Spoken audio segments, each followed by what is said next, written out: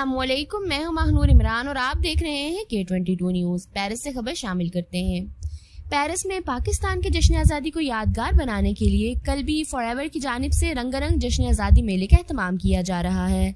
जश्न आज़ादी मेले का एहतमाम जायका रेस्टोरेंट में किया जा रहा है। एंट्री बिल्कुल फ्री। आए मिलकर मनाएं जश्न आज़ादी का प्रोग्राम।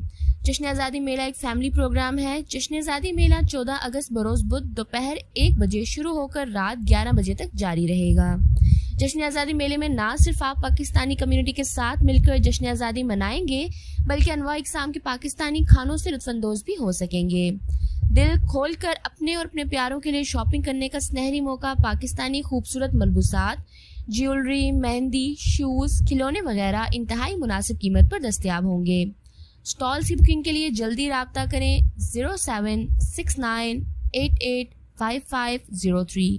आए मिलकर पाकिस्तान के जश्न आज़ादी को यादगार बनाएं।